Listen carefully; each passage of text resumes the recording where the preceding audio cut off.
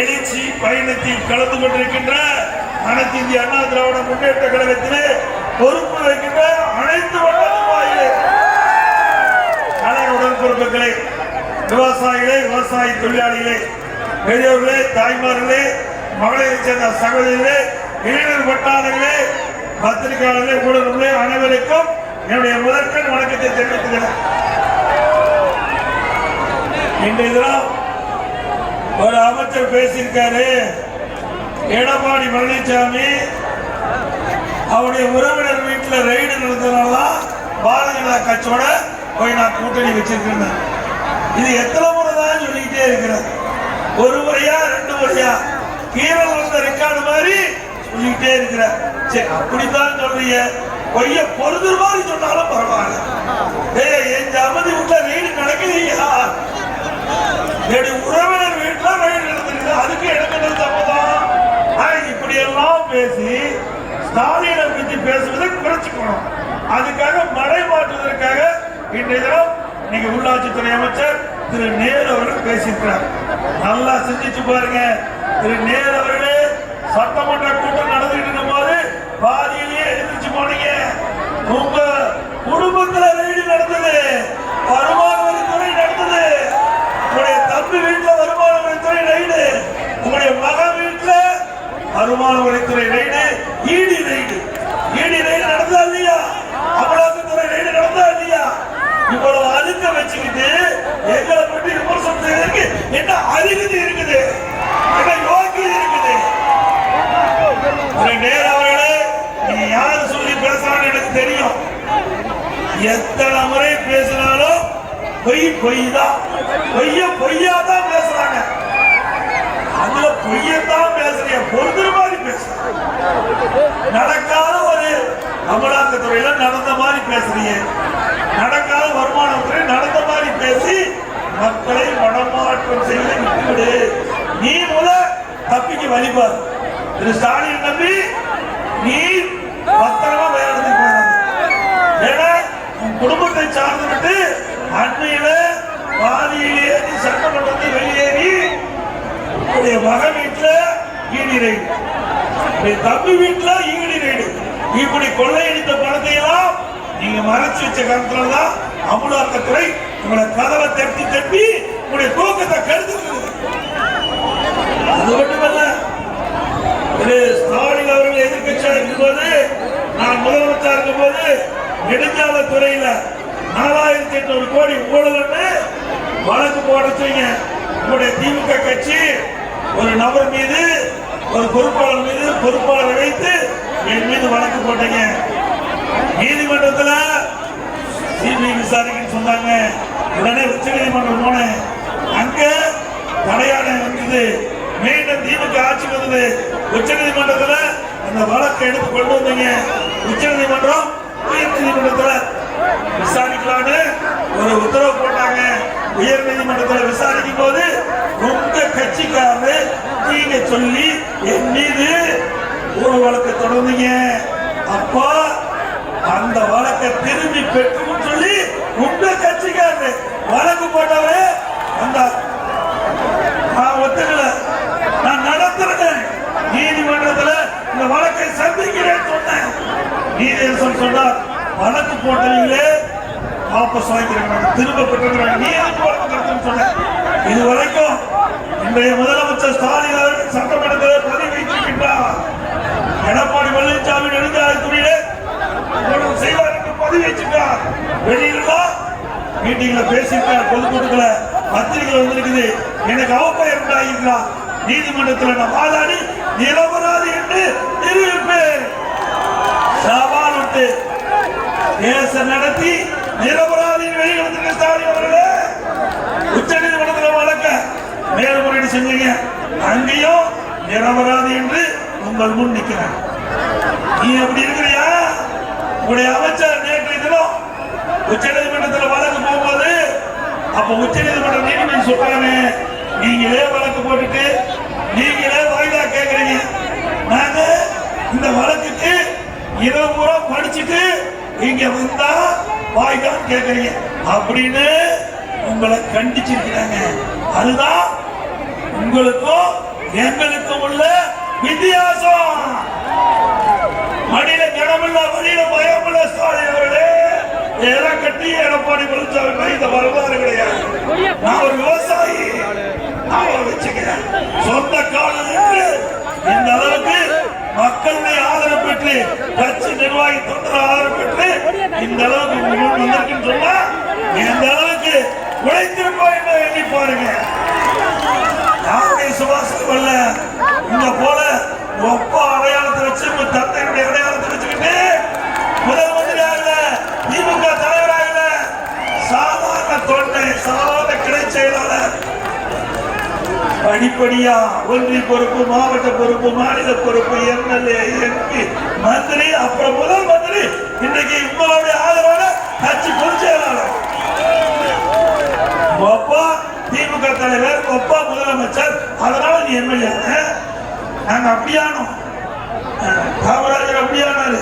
கஷ்டப்பட்டு இங்கே 1000ல் ஒருத்தரான்னு அதெல்லாம் சாதாரண கிளைச்சலாளர் போது அப்பொழுது இருக்கிற அமைச்சருடைய பெயரு, அமைச்சருடைய பேச்சை கேட்டு கைதட்டி அடிப்படையா உயர்ந்திருக்க ஸ்டாலின் அவர்களே, நீ ஒண்ணும் இல்லாத, எந்தவித ஒரு வலிமையும் இல்லாத நீயே இந்த சொந்த காலம் வந்திருக்கிற எனக்கு என்ன பலம் இருக்கும்?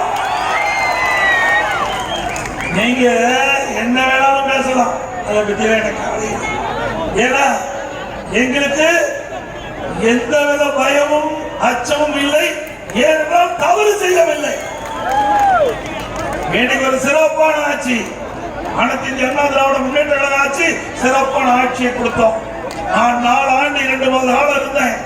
அந்த நாட்களில் ஒவ்வொரு நாளும் மக்களுடைய பிரச்சனை எண்ணி எண்ணி தீர்வு கண்ட அரசாங்கம் அண்ணா திமுக அரசாங்கம்.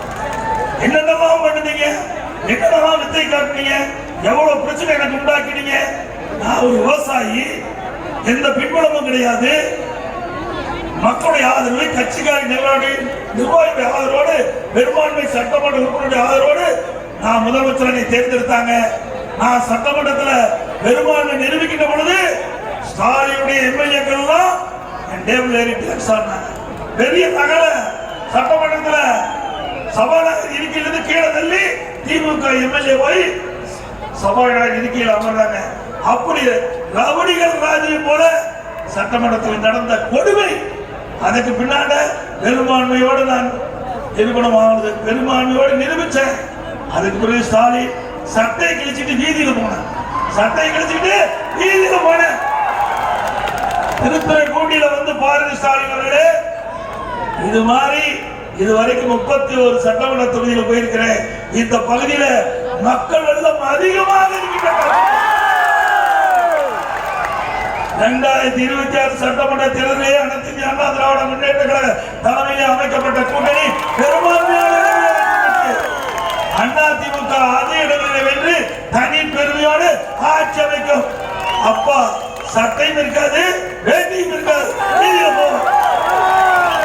அந்த காட்சி இந்த மக்கள் பார்ப்பாங்க. எங்க வேலை பார்த்தா உறுதி வாரி தூட்டுறீங்க. அது மட்டும் இல்ல, நீங்க என்ன செஞ்சீங்க, இந்த தமிழ்நாட்டு மக்களுக்காக என்ன செஞ்சீங்க? செஞ்சிருக்காங்களா? அதிமுக ஆட்சியில என்னென்ன செஞ்சு இறுதியா நான் உங்களுக்கு சொல்றேன். கஜா புயல் வந்தது, கடுமையா அந்த மாவட்டம் பாய்ச்சது. திருத்துறைப்பூண்டி இந்த சட்டமன்ற தொகுதியில நிறைய விளைநிலங்கள் பாதிக்கப்பட்டது.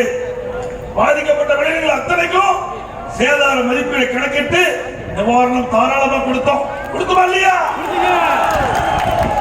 2 முறை விவசாயிகள் தொடக்க வேளாண்மையில் வாங்கிய பயிர்களை தள்ளுபடி செஞ்ச அரசாங்கம் செஞ்சுமா இல்லையா? 24 மணி நேரம் மும்முனை மின்சாரம் கொடுத்துமா இல்லைங்களா விவசாயிக்கு? விவசாயிகளுக்கு தங்கு தடை இல்லாம பருவத்தில் உரம் கொடுத்துமா இல்லையா? கட்டுப்பாடுதாத உங்களாட்ட விவசாயிகளுக்கு தேவையான உரத்தை கொடுத்தீங்களா? கிடையாது. அதே போல டெல்டா மாவட்டம் குறுவை சாகுபடி 3 ஆண்டு காலமா குறுவை சாகுபடிக்கு பயிர் காப்பீட்டு திட்டம் செய்யல. 2 வருஷத்துக்கு முந்தி இதே ஸ்டாலின் மேட்டூருக்கு வந்து நான் டெல்டாக்கு உரிய நேரத்தில் இந்த டெல்டா மாவட்டத்தில் இருக்கின்ற குறுவை சாகுபடிக்கு தண்ணீர் திறந்து விட என்று சொல்லி பேட்டி கொடுத்து தண்ணீர் திறந்து விட்டீங்க. ஆஹா, ஸ்டாலின் டெல்டாக்காரர் நம்ம ஏரியாக்காரரு பரவாயில்ல, உரிய நேரத்தில் தண்ணி திறந்து விட்டுருக்காரு அப்படின்னு விவசாயிகளாம் மகிழ்ச்சியோட அந்த குருவி சாகுபடி பயிர் செஞ்சாங்க. விளையிற நேரத்தில் தண்ணி இல்லாத காஞ்சி போச்சு, தண்ணி இல்லாத காஞ்சி போச்சு. பயிர் காப்பீட்டு திட்டத்தில் அவங்களுக்கு சேர்த்துல பெரும் நஷ்டம். இதுதான் ஸ்டாலினுடைய ஆட்சியுடைய லட்சணம். விவசாயிகளுக்கு துரோகம் விளைக்கின்ற அரசு தேவையா? திரு ஸ்டாலின் அவர்கள் திராவிட முன்னேற்ற கழக ஆட்சி, அப்பொழுது துணை முதலமைச்சராக இருந்தால் திரு ஸ்டாலின், தொழில்துறை மந்திரியாக இருந்தார்.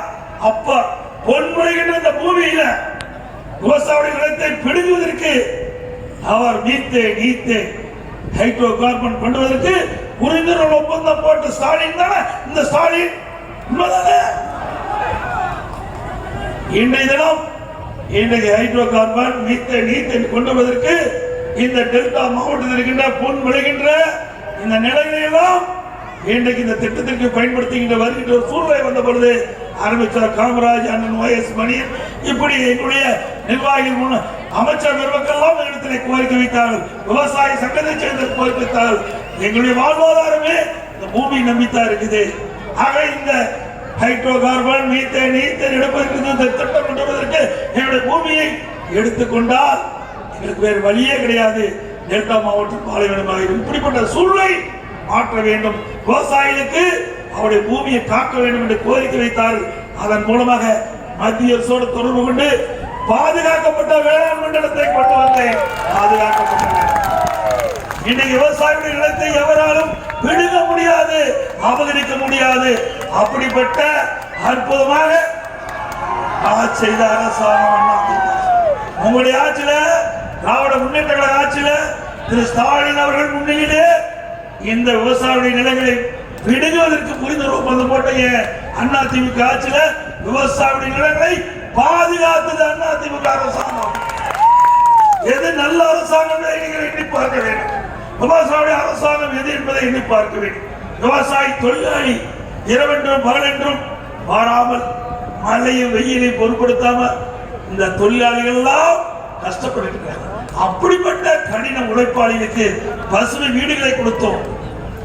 அது மட்டும் உழவர் பாதுகாப்பு திட்டத்தில் ஏராளமான உதவி, இன்றைக்கு அற்புதமான உதவி கிடைச்சது. அதே போல முதியோர்களுக்கு முதியோர் உதவித்தொகை அதிகமாக கொடுத்தோம். அது மட்டுமல்ல, நம்முடைய விவசாய தொழிலாளிகளுக்கு 100 நாள் வேலை திட்டம்னா சரியான நேரத்தில் பணம் வந்து கிடைச்சது. திமுக தேர்தல் இருக்கிறது. ஸ்டாலின் என்ன சொன்னாரு? இந்த 100 நாள் வேலை திட்டத்தில் பணிபுரிகின்ற ஏழை தொழிலாளிக்கு 150 நாளாக வேலை கொடுக்கும் சொன்னார். கொடுத்தாங்களா? அந்த 100 நாள் வேலை திட்டம் 50 நாள் வேலை திட்டம் ஆகி போச்சு. 100 நாள் வேலை திட்டத்தில் புரிந்த ஏழை தொழிலாளி கூட முழுமையா பணம் கொடுக்க முடியல. மத்திய அரசாங்கத்தில் பணி போட்டு இருந்தாங்க. நான் மத்திய அமைச்சரை சந்தித்த பொழுது, ஏன் இப்படி தடை பண்றீங்க? 100 நாள் வேலை திட்டத்துக்கு மத்திய அரசு வழங்குகின்ற நிதி ஏன் தாமதமாகுதுன்னு சொன்ன உடனே அவர் சொன்ன செய்தி, முறையாக கணக்கு கொடுக்கல, முறையா தமிழ்நாட்டிலிருந்து கொடுக்கல, அது ஊழல் செஞ்சிருக்கிறாங்க, அதனால நிறுத்தி வச்சுன்னு சொன்னாங்க. நான் அவர்கிட்ட வேண்டுகோள் வச்சேன். அத்தனை பேர் ஏழைகள். ஏதோ அரசாங்கம் செய்கின்ற தவறுக்கு அவர்கள் என்ன செய்வாங்க? அந்த ஏழைகளுக்கு நீங்கள் உடனடியாக 100 நாள் வேலை திட்டத்தில் பணிபுரிந்த அந்த தொழிலாளிகளுக்கு தேவையான நிதி கிடைக்க நிதியை விடுவீர்கள் என்று சொன்ன 2999 கோடி அந்த 100 நாள் வேலை திட்டத்தில் பணிபுரிந்த ஊழியருக்கு நிதி கிடைச்சது. அந்த ஊழல் அரசாங்கம் அந்த சாதாரண ஏழை மக்களுடைய ரத்தத்தை கூட உறிஞ்சுகின்ற அரசாங்கம் இந்த திரு ஸ்டாலினுடைய அரசாங்கத்தை நினைவு கொள்ள வேண்டும். அது மட்டும் இல்ல, பேசுறார் எடப்பாடி பழனிசாமி 10 ஆண்டுல என்ன செஞ்சாங்க அதிமுக ஆட்சியில? ஒண்ணுமே செய்யலைங்கிறார். திரு ஸ்டாலின் அவர்களே, தமிழ்நாட்டில் இருக்கிறீங்களா வேற மாநிலத்துக்கு எங்களுக்கு தெரியல, தமிழ்நாட்டில் திட்டத்தை எல்லாம் படிச்சு பாரு, கொஞ்ச நாள் படிச்சு பாரு. 2011 2020 வரைக்கும் அனைத்து இந்திய அண்ணா திராவிட முன்னேற்ற கழக ஆட்சியில என்னென்ன திட்டங்களை கொண்டு வந்தாரு அப்படி கொஞ்சம் திருப்பி பாரு, அதை பார்த்தாவது பேசு. நீங்க 50 மாத கால ஆட்சியில என்ன செஞ்சீங்க? செஞ்சிருக்காங்களா? சொல்லுங்க. செஞ்சிருக்கிறாங்க. கடன் வாங்கியிருக்கிறார். எங்க கடன் வாங்கியிருக்கிறார்? எவ்வளவு 4 ஆண்டுல 4,38,000 கோடி கடன். 4 வருஷத்துல 4,38,000 கோடி கடன் வாங்கியிருக்காங்க. இன்னும் ஒரு வருஷம் இருக்குது, 25, 26 வரைக்கும் 1 லட்சம் கோடி கடன் வாங்குறதுக்கு இன்றைக்கு இவர்கள் முயற்சி செஞ்சுட்டு இருக்காங்க. அந்த 1 லட்சம் கோடி கடன் வாங்கினா கிட்டத்தட்ட 5,38,000 கோடி ஆயிரும். அது இறுதியை வச்சுக்கலாம். 5,38,000 கோடி கடன் 5 வருஷம் நிர்வாகிக்கிட்ட போது. ஆனா எல்லா இடத்திலையும் சொல்றார் ஸ்டாலின், இந்தியாவில் இருக்கின்ற முதலமைச்சர்கள் சூப்பர் முதலமைச்சர்கள். எதுல? இந்தியாவிலேயே கடன் வாங்குதல முதல் மாநிலம். பத்திரிகையில செய்தி. நாங்க போய் சொல்லல, எதிர்கட்சி என்ற நிலையில இந்த ஆளுங்கட்சியை குறை சொல்லவில்லை, உண்மை நிலையை எடுத்து சொல்கிறோம். சிந்திச்சு பாருங்க, இந்தியாவிலேயே கடன் வாங்குதல முதல் மாநிலம் தமிழ்நாடு. அதான் நீ செஞ்சிருக்கிற இந்த 4 ஆண்டு காலத்துல வேற என்ன நீங்க செஞ்சு கிழிச்சீங்க? நீ கடன் வாங்கி கொடுக்கறதுக்கு யார் வேணாலும் கடன் வாங்கி கொடுக்கலாம். ஏன் இங்க இருக்கிற ராமசாமி, சுப்புசாமி, கண்ணசாமி, ஏன் இங்க இருக்கிற காமராஜ், இங்க இருக்கிற யாரு வேணாலும் முதலமைச்சரானா கடன் வாங்கி கொடுக்கலாம். அதுக்கு நீ முதலமைச்சர் இருக்க வேண்டிய அவசியம் தேவையில்லையே. கடன் வாங்கி கொடுப்பதுக்கு யார் வேணாலும் ஆட்சி ஆளலாம். ஆனா அந்த கடனை யார் கட்டுறது? அதுதான் பிரச்சனை. இன்னைக்கு கடன் கொடுத்து விடுவானா? விடுவாங்களா? வட்டி முதலோட கேட்டு வாங்குவாங்கல்ல, அதை எப்படி திருப்பி செலுத்துறது? 75 ஆண்டு காலம் காங்கிரஸ் ஆட்சி, திமுக ஆட்சி, அண்ணா திமுக ஆட்சி, திமுக ஆட்சி, அண்ணா திமுக ஆட்சி மாறி மாறி தமிழ்நாட்டில் 75 ஆண்டு காலம் ஆட்சி நடந்திருக்குது. அந்த 75 ஆண்டு காலம் ஆட்சியில 2021 வரை 5,18,000 கோடி கடன். திராவிட முன்னேற்ற கழகம் 21 இருந்து ஆட்சி புரிஞ்சு 25 வரைக்கும் 4 ஆண்டுல 4,38,000 கோடி கடன். இந்த வருஷம் 1 லட்சம் கோடி, 5,38,000 கோடி கடன். இப்படிப்பட்ட கடன் வாங்குற ஆட்சி தேவையா? இந்த கடனை வரி போட்டு தான் திருப்பி செலுத்த முடியும். அப்படின்னா மக்கள் மீதுதான் சுமை ஏறும் என்பதை நீங்கள் எண்ணி பார்க்க வேண்டும்.